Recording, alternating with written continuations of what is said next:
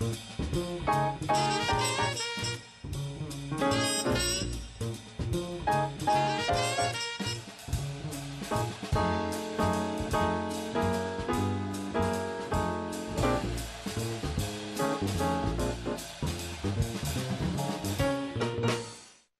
I'm Michael Phillips, the Chicago Tribune film critic. I'm also happy to be your host for TCM's Future Shock Festival of Dystopian Fear, Loathing, and Escapism this month on our Friday Night Spotlight series. Our next movie tonight belongs to a category I especially enjoy. These are films set just a few years or decades ahead of when they were actually made, but they take place in a time that, from our perspective, has already come and gone. Our film is Escape from New York, from director John Carpenter in 1981.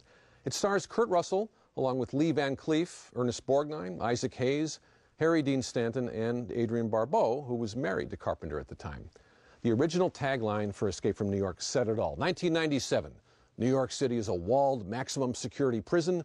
Breaking out is impossible. Breaking in is insane. In the movie, the crime wave in America has become bad enough 16 years in the future that Manhattan Island has simply been turned over to the worst criminal scum imaginable. So what happens when Air Force One, which is carrying Donald Pleasance as the president, crash lands in New York? The only option is to send in a convicted armed robber, Snake Plissken, played by Russell, to retrieve the president alive on a 24-hour deadline. 24 hours in New York. It's just like On the Town, without the musical numbers. Actually, Escape from New York is nothing like On the Town, but it's full of unruly vitality just the same. Something to watch for here, there's an early sequence of Russell landing a stealth glider on top of one of the World Trade Towers. The simulation of that landing was achieved with low-tech and low-cost means. Very impressive for the time. Who was responsible for this? Well, a special effects man by the name of James Cameron, 3 years before he directed The Terminator.